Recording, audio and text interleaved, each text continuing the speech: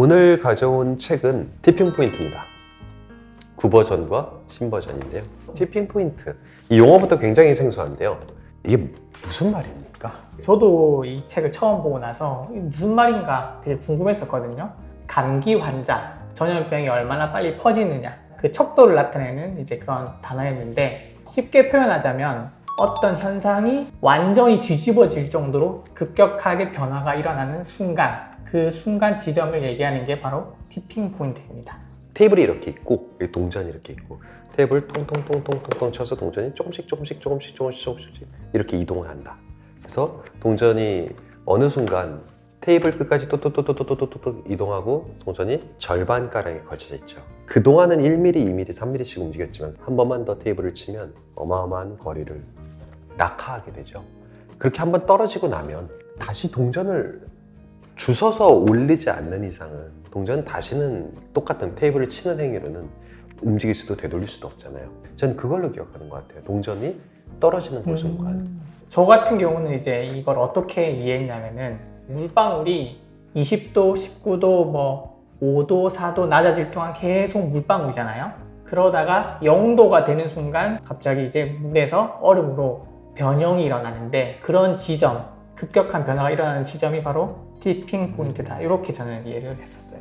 티핑 포인트에 관한 정의를 우리가 이렇게 길게 이야기하는 이유가, 이 개념을 알고 책을 읽냐와 그렇지 않냐가 굉장히 달라져요. 저희가 일관되게 얘기하고자 하는 건, 똑같은 변화를 하다가 갑자기 치솟는 요 순간이 있다는 거죠.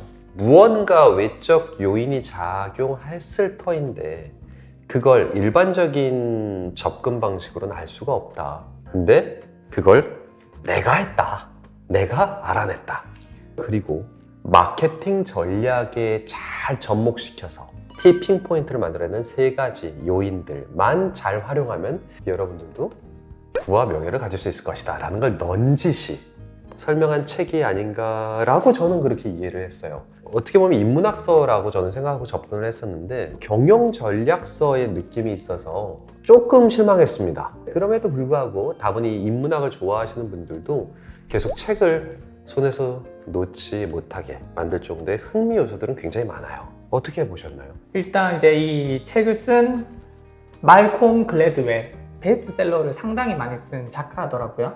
자극적인 주장을 한다거나 좀 급진적인 주장을 하거나 사람들한테 쉽게 설명해주는 그런 이제 베스트셀러만의 문법이나 문체가 있다는 게 좀 독특했고요. 말씀하신 것처럼 이 티핑 포인트가 뭐 과학이나 환경이나 다른 분야에서도 쓰일 수 있는데, 이 말콤 글래드웰 같은 경우는 특히 이 유행, 어떤 상품이나 아이디어가 이제 어떻게 유행이 되는가, 그 순간의 지점을, 티핑 포인트를 이제 전염병이랑 잘 연결시켜서 설명한다는 점에서 마케팅에 좀 가깝다는 생각을 좀 했었어요.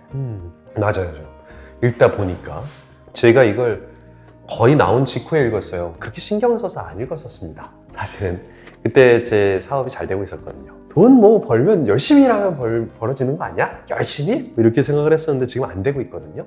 돌이켜 보니까 명확하게 알게 됐어요. 그때 그 순간에 왜 월 수입이 그렇게 컸었는가, 아, 이 포인트였구나가 확 보이더라고요. 당장 한 달에 수천만 원이 왔다 갔다 할 정도의 수익 포인트, 아, 이거였구나. 나의 노력과 관계없이 요 외적 요인, 이 저자가 이 책에서 얘기했던 3가지 구조가 완벽하게 딱 맞아떨어져요. 아, 그 요소들이 있었기 때문에 그때 버렸고 그 요소가 사라지면서 나의 발버둥과 상관없이 수익이 뚝뚝뚝뚝 떨어지게 되었구나. 그래서 앞으로의 방향성이 얼추 잡혀요.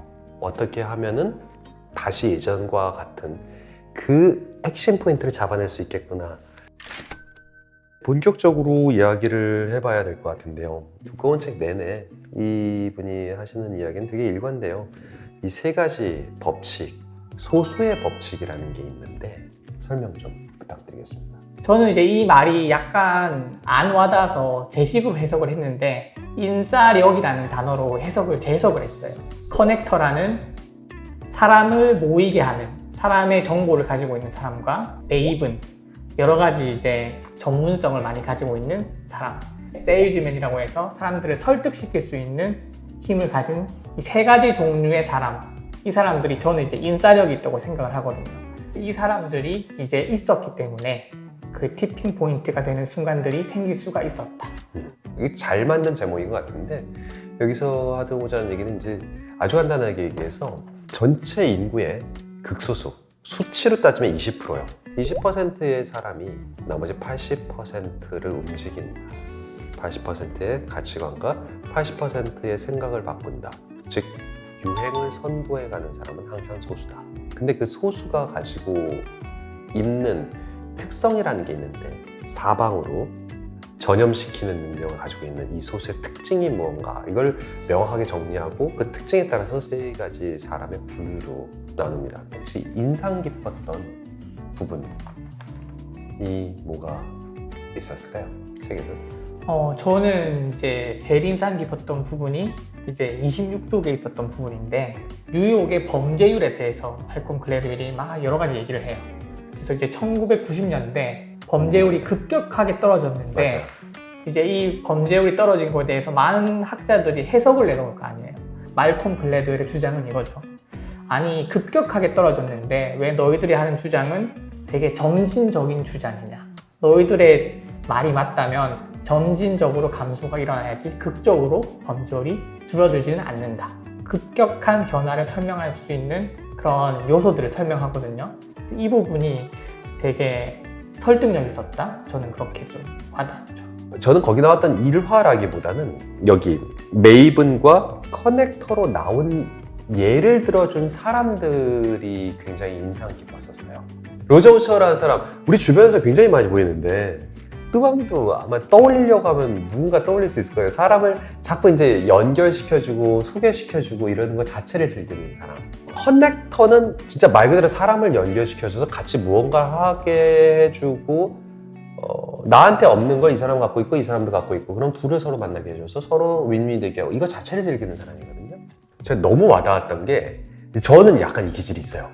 확 느꼈거든요. 이거 읽으면서 뚜밤님 그런 생각 안 했어요? 자기가 어떤 기질이 이 세 개 중에 어떤 기질이 있다. 저도 책을 보면서 그 생각을 했죠. 제가 뭔가에 하나에 빠져들면은 그거를 되게 깊게 파고들고 잘 정리해가지고 어딘가 이제 올려놓고 맞아. 커뮤니티에 공유하고 그런 걸 되게 좋아하거든요. 맞아. 그래서 그런 걸 보면서 내가 메이븐에 좀 가깝구나. 가르치는 일을 하다 보니까 설득력이나 그런 것도 없지는 않다는 좀 생각이 들어서 세일즈맨. 네, 세일즈맨과 메이븐의 성향을 두 개는 좀 가지고 있는 것 같다. 맞는 것 같아요. 네, 그렇게 생각을 했었죠. 저는 되게 인상 깊다고 느꼈는데 세일즈맨의 특성이란 건 타인에게 부담을 주지 않고 주도하지 않고 타인 옆에 계속 존재할 수 있게 돼 있고 세일즈 기질이 있는 사람들은 그런 특성이 있었어요. 사람을 편안하게 해주는. 그리고 톤이 높지 않아요. 그 ABC 피터 제니 저희 옛날에 번역하고 통역 훈련할 때 맨날 NBC 네트워크 뉴스 아니면 ABC 따따따따 하면서 Good evening 하면서 시작하는 거 있어요. 그걸 가지고 통역 연습했었는데 이 양반이 표정만으로 As I think young people are across the United States. So if you're a parent, you got a kid in some other part of the country, call them up. 이 표정 하나만으로 상대방에게 뭔가 메시지를 무언의 메시지를 전달할 수 있다. 저는 그 특성이 있는 사람이 세일즈라고 생각을 해요. 그런 사람들이 소수의 법칙에 의거하여 사람들에게 유행을 전파시키고 사람들을 좋은 의미에건 나쁜 의미에건 전염을 시킬 수 있는 기질을 타고난 사람이라고 말콤 글래드웰은 이야기하고 있습니다. 두 번째는 이제 고착성의 법칙인데 이게 말이 조금 어려울 수가 있어요. 고착성이란 전염되는 메시지가 기억 속에 고정되는 티핑의 결정적 요소라고 말콤 글래드웰은 얘기해요. 기억에 남을 만한 메시지를 전염시켜야 하잖아요. 메시지가 가려지는 고착제는 또한 피해야 하고요. 세섬 스트리트에서의 오스카, 블루스쿨스의 셔블.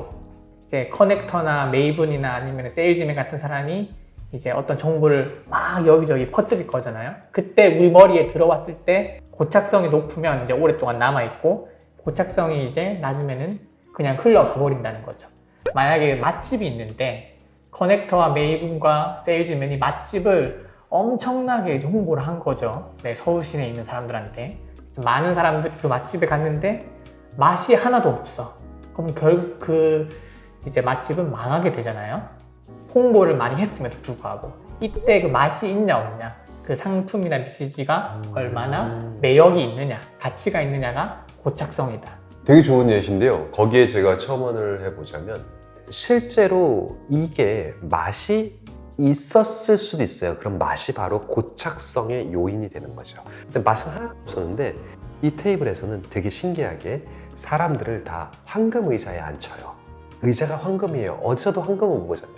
그리고 특유의 황금 도시락이에요. 이름이 그냥 황금 도시락이에요. 그리고 집에 갈 때 아유 저희 황금 식당을 찾아줘서 감사합니다. 이 집은 일단 금을 보고 싶을 땐 와라 라는 메시지를 정확하게 전달해 주는 거죠. 요 요인이 고착성의 요소라고 이해를 했어요. 앞서 제가 언뜻 얘기했었던 제 학원과 관련된 거, 본질을 추구하고 아이들에게 공부를 시키려면 야단을 칠 수밖에 없고 머릿속에 넣으려고 애를 수밖에 없고, 근데 그렇게 하면 그 다음 달에 등록률은 저조해져요. 왜? 그 친구가 가지고 있는 고착성의 요소보다 이 친구가 받게 되는 스트레스 요소가 더 크니까. 근데 굳이 혼을 내고 야단치지 않아도 공부를 시키려고 하면 스트레스 요소가 크잖아요. 그럼 그만두겠죠. 더 자극적인 고착성의 요소가 있어야 되잖아요. 수업 때의 파격적인 퍼포먼스, 이런 게 옛날에 인기가 있었던 것은 공부를 많이 시키려고 함축적인 내용 전달을 하려다 보니까 이 친구들이 받는 스트레스 때문에 고착성 요소가 희박해지니까 고착성을 더 끌어올리기 위해서 일종의 퍼포먼스성이 아닌가. 저는 이 책을 읽으면서 그렇게 한번 분석을 해봤어요. 제가 한 번 더 요약을 해보자면은 상품 본연의 가치도 중요하긴 하지만 그거를 담는 포장지가 이제 하나의 고착성이라고 할 수 있는데 그것도 엄청난 영향을 준다. 거기도 신경을 써야 된다라고 말콤 글래드웰이 얘기하는 거라고 볼 수 있겠네요. 네, 말콤 글래드웰이 얘기하고자 하는 본질적 메시지는 상품을 팔아라야. 저는 그거라고 생각해요. 팔아라. 좋다 나쁘다 상품 자체의 본질에 대한 얘기는 한마디도 안 나와요. 본질보다는 고착성이 더 중요하다. 그래서 처음 드는 얘가 매독, 에이즈 이런 걸로 전염성과 고착성과 소수의 법칙을 설명하려 하잖아요. 이런 요소에서 봐라. 이것들이 갖고 있는 유행이 되고 전염이 되는 요인들이 뭐냐. 이걸 그대로 너의 상품에 갖다가 반영할 수 있다면 너의 상품은 대박이 날 거야. 마케팅 핵심이 그거잖아요. 포장만이 중요하다가 마케팅의 핵심이잖아요. 포장이 전부다. 고착성이 그만큼 중요하다고 얘기를 하는 것 같습니다. 말콤 글래드웰의 법칙 3가지 중에 제일 마지막 법칙, 상황의 힘입니다. 네, 여기서 말콤 글래드웰은 2가지를 또 소개합니다. 첫 번째가 깨진 유리창의 법칙, 그리고 두 번째가 150의 법칙이라는 겁니다. 하나씩 이제 설명을 간단하게 하자면, 깨진 유리창 이론 같은 경우는 아마 많이 들어봤을 것 같아요. 네. 유리창이 살짝 깨져 있으면 사람들이 지나가다가 돌멩이도 한번 던지고 그냥 조금 더 이제 톡톡 건드려서 더 깨고 그렇게 한다는 거죠. 1970년대 스탠포드 대학에서 이제 실행했던 심리학 실험인데, 이제 하나의 장소를 감옥처럼 마치 꾸며놓고 75명의 지원자들, 절반은 이제 간수 역할, 또 나머지는 이제 죄수 역할을 시켰더니 자기는 평화주의자라서 이제 뭐 이렇게 실제로 막 심하게 하지 않을 거다. 나는 그냥 이제 뭐 재밌게 2주 동안 이렇게 실험을 하다가 갈 거다라고 다 사전에 인터뷰를 했던 사람들이 자신의 역할, 죄수와 이제 간수 역할에 과몰입을 하는 바람에 6일 만에 실험이 중단됐던 그런 사례가 있었는데, 그게 이제 상황이 사람을 극한의 상황으로 몰아간다. 이렇게 얘기하는 이론인 거죠. 그리고 이제 두 번째는 150의 법칙인데, 이거는 좀 오프라인 성향과 관련이 있습니다. 얼마나 큰 규모까지 우리가 이제 소통을 할 수 있느냐, 그런 걸 실험을 해봤더니 150명이 한계더라 라는 그런 이제 법칙이거든요. 여기서 글래드웰의 책은 이 예가 참 재미있어요. 그리고 그 법칙을 전달하는 과정이 우리가 일상적으로 알고 있던 내용을 이야기하면서 법칙을 전달하거나 아니면 자각할 만한 요소를 제시해서 이 책이 좋은 책인 것 같은데, 제가 주목했던 건 이거 제노비즈에 대한 내용이 나옵니다. 미국에서 한 여성이 30분간 무차별 폭행을 당해요. 근데 그 주변 건물에서 최소 30명 이상이 그 장면을 목격을 했어요. 근데 그 30분 동안 신고를 하지 않은 거죠. 이게 엄청난 사회적 이슈가 되었다고 글래드웰은 밝히고 있고, 다분히 합리적으로 당연히 뭐 나가서 싸우라는 것도 아니고 전화해서 신고하라는 건데 그 신고하는 게 당연한 거잖아요. 근데 상황의 어떠한 요소가 단 한 명도 신고를 안 하게 만들었을까? 요새 우리나라도 겪었었던 일이잖아요. 위험한 무기로 사람들에게 무차별 폭행을 가하는 사건들이 사람들에게 많은 충격을 주고 있는데 그와 연관해서 많은 생각을 하게 만드는 예였던 것 같아요. 집단으로 있을 때 행동에 대한 책임감은 희석된다. 저는 상황이 가지고 있는 전염성에 미치는 영향, 이걸 역으로 따지면 어떠한 상황이냐에 따라서 전염성이 강해질 수도 있다는 거죠. 그걸 이야기하는 것 같아요. 상황을 잘 맞추면 의도된 암시에 걸리기 쉽다. 이게 중요한 포인트인 것 같습니다. 그걸 역으로 잘 활용하면 여러분의 물건을 쉽게 팔 수 있다. 또는 사람을 쉽게 설득할 수 있다. 이런 얘기를 하고자 한 것 같습니다. 이제 앨런님 얘기 들으면서 문득 든 생각이 있었는데 이 상황의 힘이라는 게 결국에는 고착성을 얼마나 증폭시키는 상황이냐 아니냐 이게 핵심이 되는 것 같고 백화점이 갑자기 생각이 났어요. 저희가 백화점에 가면 시계를 보기가 되게 힘들잖아요. 사람들이 이제 쇼핑에만 빠져가지고 다른 걸 생각하지 못하게끔 그렇게 되어 있고 그리고 카트를 밀고 나갈 때 백화점의 안으로 들어갈 때는 약간의 내리막이 돼 있어서 부담 없이 카트를 밀고 안으로 들어갈 수 있다고 알고 있거든요. 이 계산대로 나오기까지는 이제 언덕이기 때문에 나가는 발걸음 좀 더 무겁게 그렇게 설계가 되어 있다고 들었는데 그런 모든 게 이제 말콤 글래드웰이 얘기하는 그런 고착성을 더 강화시키게 만드는 그런 상황적인 요소가 아닐까. 맞아요. 코스트코 내려갈 때 코스트코 1층에서는 이제 각종 공산품 하는데 에스컬레이터 타고 이렇게 지하로 내려가 거기 이제 내려갈 때 음식 팔잖아요. 네네. 내려갈 때 제일 먼저 맡아지는 냄새, 빵 냄새. 그리고 빵 냄새 이렇게 보고 나면 저쪽에 완제품 있고 그거 방향제입니다. 잘 보면 그런 냄새가 날 만한 빵을 팔고 있지 않아요 거기서는. 인테리어, 네, 상황의 요소. 그래서 그런 거를 이제 다 종합적으로 들어보니까 최근 말콤 글래드웰이 써서 뭐 베스트셀러 작가가 되긴 했지만 현인들이라고 해야 될까요? 똑똑한 사람들이 알게 모르게 자기 사업을 하는데 물건을 파는데 이미 썼고 우리는 그거에 길들여져 있었구나 당했구나라는 생각이 들면서 약간 좀 소름이 돋기도 했어요. 맞아요. 소름도 와 이거 읽다 보면 맞네 싶은 부분이 꽤 있었던 것 같아요. 네, 오늘은 말콤 글래드웰의 티핑 포인트 앨런님과 저 뚜밥이 같이 얘기를 나눠봤는데요. 읽으면서 되게 재밌는 부분들이 많았습니다. 지겨운 내용 아닐까라고 생각을 했는데 읽다가 보니까 생각보다 현실과 연결되는 부분도 되게 많고 그리고 제 일상생활과 연결되는 부분도 많아서 그거를 찾는 재미가 있던 책이었습니다. 우리가 살고 있는 현대의 마케팅이 가지고 있는 일종의 룰, 불변의 불문율의 법칙 이런 걸 꿰뚫어 볼 수 있는 해안이 생기는 좋은 책인 것 같습니다. 저희 북튜브의 모토는 책이 지식과 유희에서 끝나는 것이 아닌 일상생활과 연결되는 겁니다. 글래드웰이 책 속에서 이야기한 3가지 법칙 중 하나 이상이 자신의 삶에서 경험과 맞닿아 있다 생각되시는 게 있으면 댓글로 남겨주세요.